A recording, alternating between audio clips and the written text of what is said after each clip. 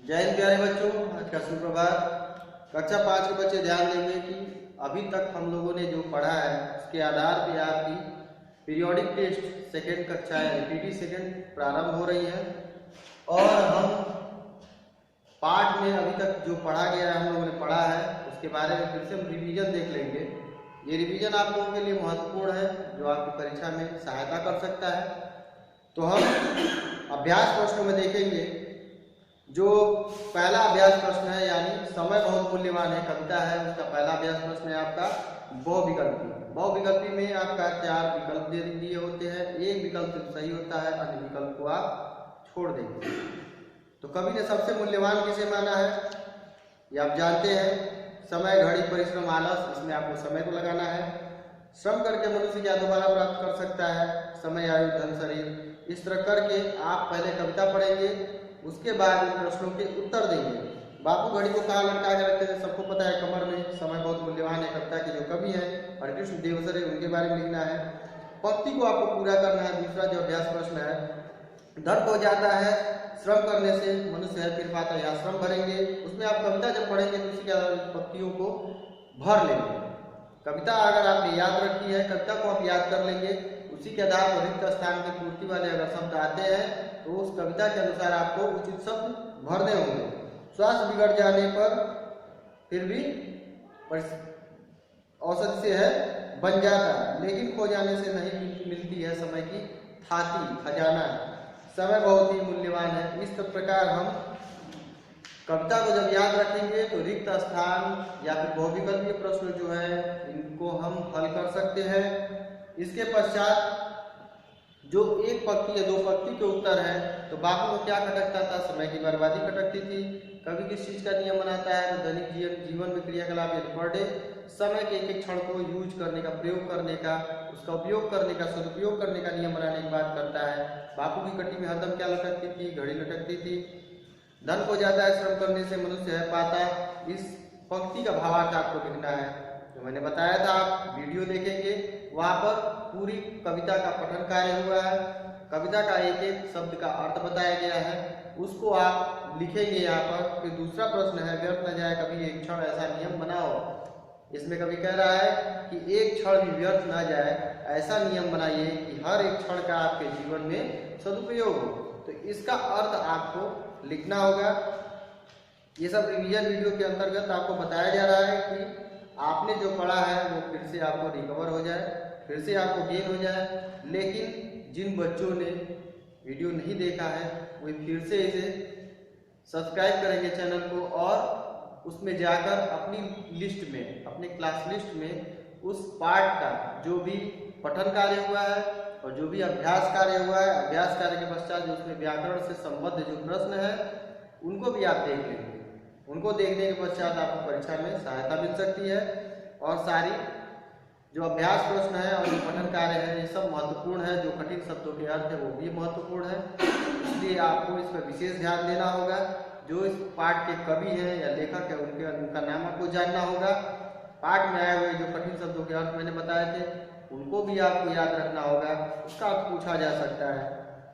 दूसरा आपका है जो एक नई सोच यानी आस्था नाम की जो लड़की है जो पूरे की पहाड़ी समस्या को देखकर चिंताग्रस्त होती है, उस पाठ से आपका है कथन अनुसार सही या गलत का चयन करना है कि साफ सुथरा मोहल्ला आस्था की समस्या थी, जो कि गलत है।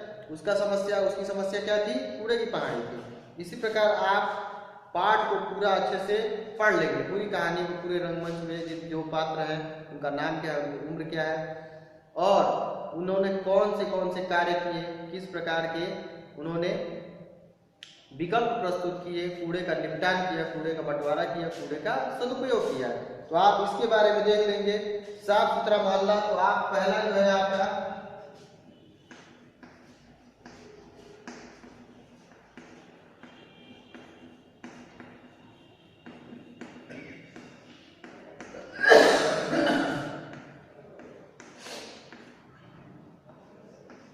एक नई सोच,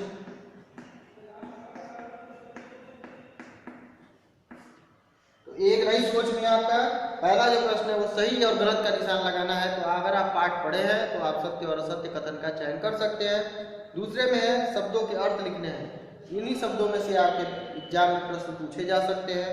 असमंजस, समाधान, संसाधन, प्रभावित, विभाजन, कंपोस्ट। कंपोस्ट यानी खाद, इसके बारे में आप जानते हैं। उसके पश्चात तीसरा अभ्यास प्रश्न में है आपका प्रश्नों के उत्तर आपको लिखने 1 या 2 पंक्ति में। सभी मित्रों ने मिलकर किस समस्या का समाधान किया? कूड़े की समस्या का।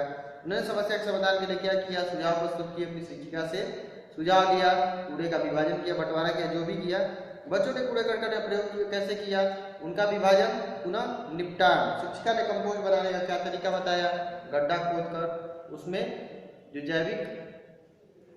जैविक आपका किचन का गीला जो कूड़ा है उसको रखना, फिर उस पर पेपर या पतली परत बिछा कर उसे मिट्टी से दबाना, फिर नेक्स्ट डे का इसी तरह करते करते उस गड्ढे को भरना, और गड्ढा जब भर जाए तो फिर नए गड्ढे को खोद के और पुनः वही प्रक्रिया करना, जिससे कंपोस्ट खाद का निर्माण होता है।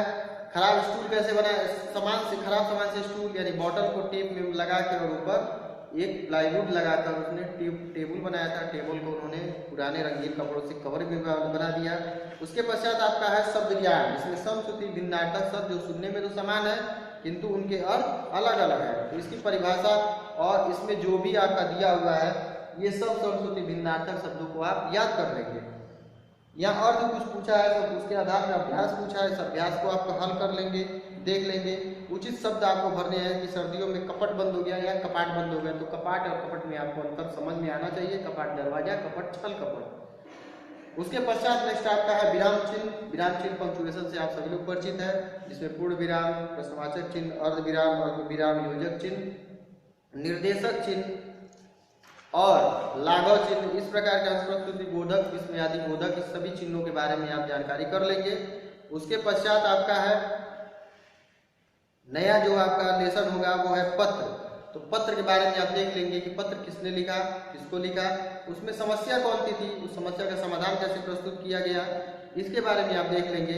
पत्र समाप्त होने के पश्चात उससे जुड़े अभ्यास प्रश्न है, इसका आप देख लेंगे विकल्प, जो भी विकल्प सही होंगे उनको आप सही करेंगे। और प्रश्न में जो पूछा गया है कि किसने किसको लिखा, समस्या और दुर्घटनाओं के लिए किसे पहले सूचित किया गया, इसके बारे में आप लिख लेंगे और याद कर लेंगे। उसके पश्चात व्याकरण से संबंधित जो पोर्शन है पत्र अभ्यास में आपका, पत्र में वो है आपका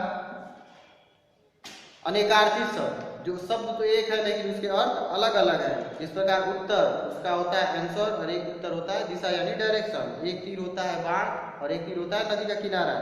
तो इस प्रकार इसके भी अनेकार्थी शब्दों में भी नीचे आपके अभ्यास प्रश्न यहाँ दिए हुए हैं, इनको आप जरूर देख लेंगे, आपके लिए महत्वपूर्ण है, इसमें से प्रश्न आ सकते हैं। उसके पश्चात भाषा की पहचान में आप वाक्य के बारे में पढ़ लेंगे कि वाक्य में कितने खंड होते हैं, कितने पार्ट होते हैं, वाक्य कैसे बनता है, इसके बारे में हम देख लेंगे। ये पूरा रिवीजन वीडियो आपका जो भी पढ़ाया गया उसी पर आधारित है। आप पुनः एक बार उन सारे वीडियोस को देख लेंगे, जिससे आपको सहायता मिलेगी और आपका एग्जाम अच्छे से, परीक्षा आपकी अच्छे से बीत जाएगी। धन्यवाद। अभी के लिए कक्षा आपकी समाप्त।